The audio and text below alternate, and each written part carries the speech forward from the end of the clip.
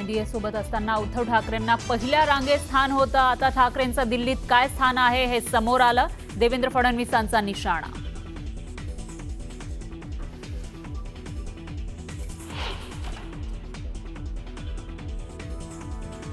काँग्रेसने उद्धव ठाकरेंना त्यांची जागा दाखवली. राहुल गांधींच्या बैठकीमध्ये उद्धव ठाकरे शेवटच्या रांगेत बसल्यानं एकनाथ शिंदेंचा टोला.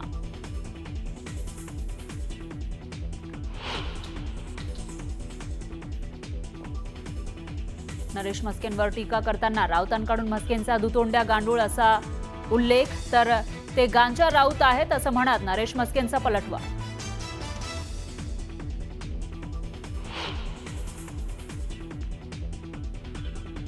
बंगळुरूमध्ये राहुल गांधींचा निवडणूक आयोगावर पुन्हा हल्लाबोल. मी संसदेमध्ये संविधानासमोर शपथ घेतली आहे. शपथ मागणाऱ्यावरून राहुल गांधींचा वार, तर इलेक्ट्रॉनिक डेटाही देण्याची मागणी.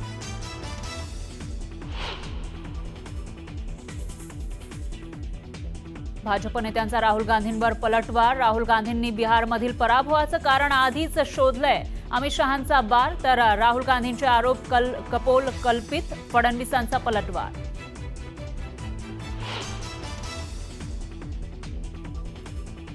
आमदार रोहित पवार आणि गोपीचंद पडळकर यांच्यामध्ये जुंपली आहे. कार्यकर्त्यांच्या राड्यानंतर दोघांचे एकमेकांवर आरोप प्रत्यारोप, तर रोहित पवार गुंड असल्याचा पडळकरांचा आरोप.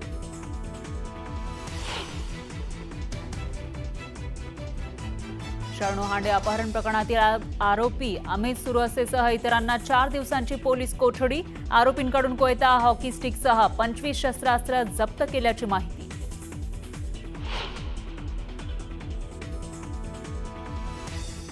नाशिकमध्ये एकनाथ खडसेंचे जावई प्रांजल खेबलकर यांच्या विरोधात भाजप आक्रमक. खेबलकरांच्या फोटोला जोडे मारत आंदोलन.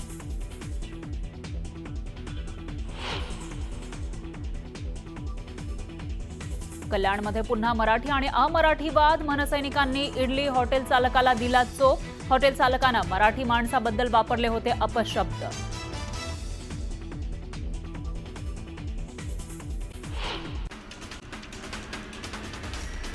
ठाकरेंच्या शिवसेनेचा दसरा मेळाव्यासाठी मुंबई महानगरपालिकेला पत्र गेलेलं आहे, तर शिवाजी पार्कची परवानगी मिळावी म्हणून जानेवारीमध्येच पत्र दिल्याची माहिती सूत्रांनी दिली आहे.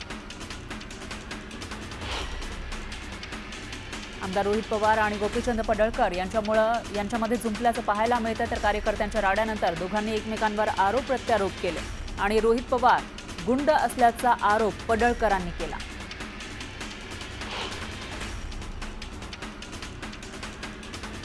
काँग्रेसने उद्धव ठाकरेंना त्यांची जागा दाखवली असं वक्तव्य एकनाथ शिंदेंनी केलं.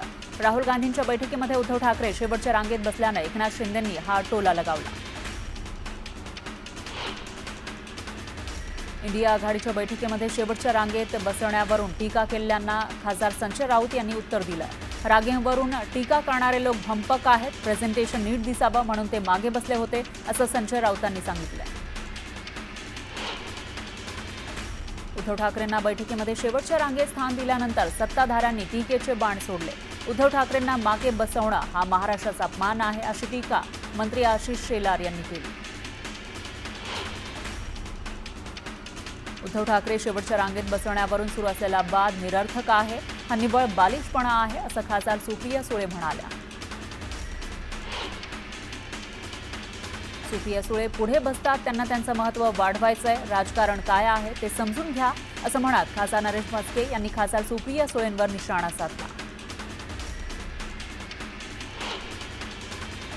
कोकणात रामदास कदम विरुद्ध भास्कर जाधव संघर्ष पेटलेला आहे. योगेश कदम यांच्या विरोधात भास्कर जाधवांनी भर सभेत उमेदवारच जाहीर केला.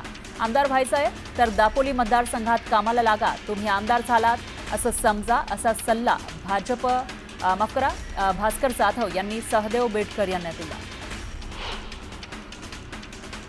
पुणे जिल्ह्यामध्ये नव्यानं 3 महापालिका कराव्या लागणार आहेत अशा मोठी घोषणा उपमुख्यमंत्री अजित पवार यांनी केली आहे. मांजरी, फुरसुंगी, उरोळी देवाची या भागामध्ये 1 पालिका आणि चाकण हिंजवडी भागात 1 पालिका करावी लागणार असल्याचं ते म्हणाले.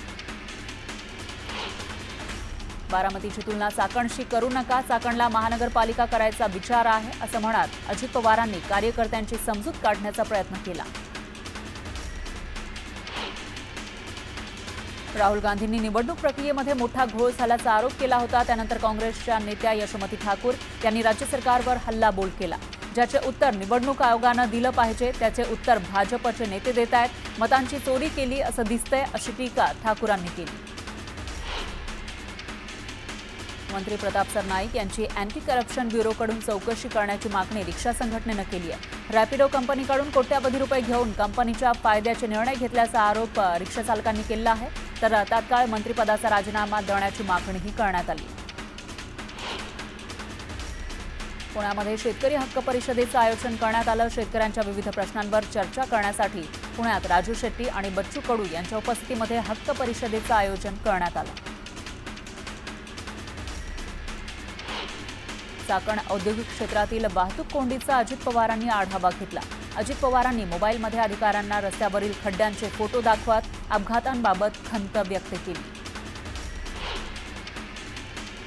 धाराशिवमध्ये तंत्रज्ञान मार्गदर्शन मेळाव्यामध्ये मंत्री चंद्रशेखर बावनकुळे यांनी शेतकऱ्यांना मार्गदर्शन केलं. शेतीसाठी AI तंत्रज्ञानासाठी पंतप्रधान मोदींनी 13,000 कोटींची तरतूद केल्याची माहिती बावनकुळेंनी दिली. सोमनाथ सूर्यवंशी प्रकरणामध्ये परभणी पोलिसांनी गुन्हा दाखल केला आहे. सुप्रीम कोर्टाच्या आदेशानंतर हा गुन्हा दाखल झालाय. मात्र गुन्ह्यामध्ये आरोपींची नावं न घेतल्यानं नागरिकांनी रास्ता रोको आंदोलन केलं. आरोपींची नावं समाविष्ट करण्याची मागणी यावेळी करण्यात आली. मराठी शाळा वाचवण्यासाठी काढल्या जाणाऱ्या मोर्चाला पोलिसांनी परवानगी नाकारली. माहीम परिसरातील शेवटची मराठी शाळा पाडली जात असल्याचा विरोध करण्यासाठी स्थानिक नागरिकांकडून मोर्चा काढला जाणार होता. मात्र जमावबंदीचा नियम दाखवत पोलीस प्रशासनानं उद्या होणाऱ्या मोर्चाला परवानगी नाकारली. कल्याण डोंबिवलीमधील अनेक रस्त्यावर खड्ड्यांचं साम्राज्य पाहायला मिळतंय. याचा नागरिकांना त्रास होतोय. मात्र पालिकेच्या अधिकाऱ्यांचं दुर्लक्ष होत असल्यानं कल्याण डोंबिवलीकर संतप्त झाले. भिवंडी महापालिकेचे आयुक्त अनमोल सागर यांच्या आदेशानुसार शहरातील अतिक्रमणाविरोधात कारवाई सुरू करण्यात आली आहे. भादवड टेंघर ते कल्याण रोड परिसरामध्ये ही तोडक कारवाई करण्यात आली. शहापूरच्या माहुली किल्ल्यावर पर्यटनासाठी आलेले मुंबईतील 2 तरुण भरकटले होते. यावेळी जीवरक्षक टीमच्या जवानांनी तरुणांचा शोध घेऊन त्यांना सुखरूप किल्ल्यावरून खाली आणलं. वाशिमच्या मंगरुळपीर तालुक्यातील वनोजा गावाजवळून वाहणाऱ्या लेंडी नाल्याला पूर आला. त्यामुळे वनोजा आणि पिंजरला जोडणारा मार्ग बंद झाला. प्रशासनानं नागरिकांना सतर्क राहण्याचं आणि सुरक्षित स्थळी जाण्याचं आवाहन केलं. जालना जिल्ह्यामध्ये मागील 2 आठवड्यामध्ये सर्वदूर झालेल्या जोरदार पावसामुळे मध्यम आणि लघु प्रकल्पात पाण्याची आवक वाढली आहे. मागील आठवड्यामध्ये 12% असलेला पाणीसाठा या आठवड्यात 29% पोहोचला. यवतमाळ जिल्ह्यामध्ये मागील 15 दिवसानंतर पावसानं उघडीप दिलेली आहे. पिकांना पोषक ठरेल असा पाऊस पडल्यामुळे शेतकऱ्यांमध्ये समाधानाचं वातावरण दिसून येते.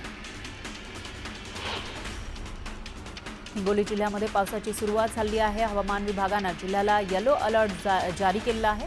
जवळपास 10 ते 12 दिवसांच्या खंडानंतर जिल्ह्यात पावसाचं आगमन झालं.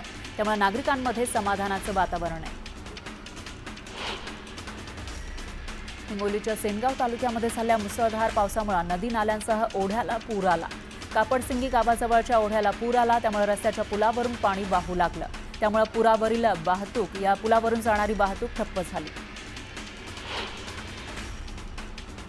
जळगावात रक्षाबंधन निमित्त सोन्या चांदीच्या राखी खरेदी करण्यासाठी नागरिकांनी अल्प प्रतिसाद दिला. गेल्या वर्षीच्या तुलनेत यावर्षी सोन्या चांदीच्या दरात वाढ झाली आहे. त्यामुळे नागरिकांनी सोन्या चांदीच्या राख्यांकडे पाठ फिरवली आहे. गुहागर चिपळूण रस्त्याची दुरावस्था झाली आहे. रस्त्यातील वळणावर भले मोठे खड्डे पडले. त्यामुळे गाडी चालवणं फारच जिकरीचं झालंय. गणपतीपूर्वी खड्डे न भरल्यास रास्ता रोको आंदोलन करण्याचा इशाराही गावकऱ्यांनी दिला.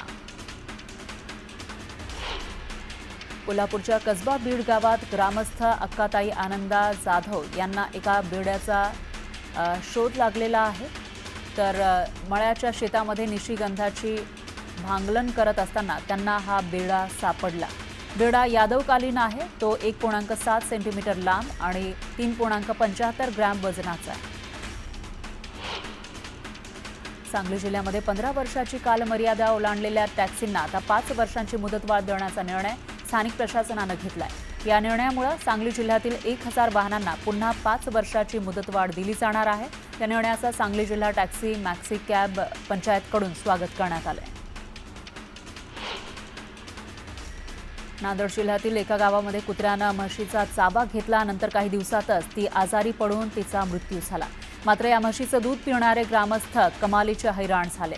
जवळपास अख्ख्या गावानं म्हणजे 180 जणांनी रेबीजची लस घेतली आहे.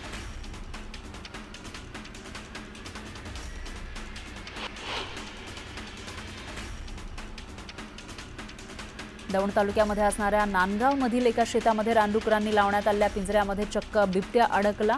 त्यावेळी या बिबट्याला पाहण्यासाठी रस्त्याच्या कडेला बघ्यांची गर्दी जमली होती.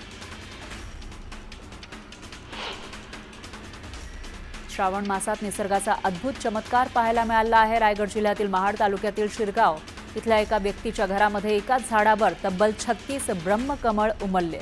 यावेळी हा अनोखा नजारा पाहण्यासाठी परिसरातील नागरिकांनी मोठी गर्दी केली.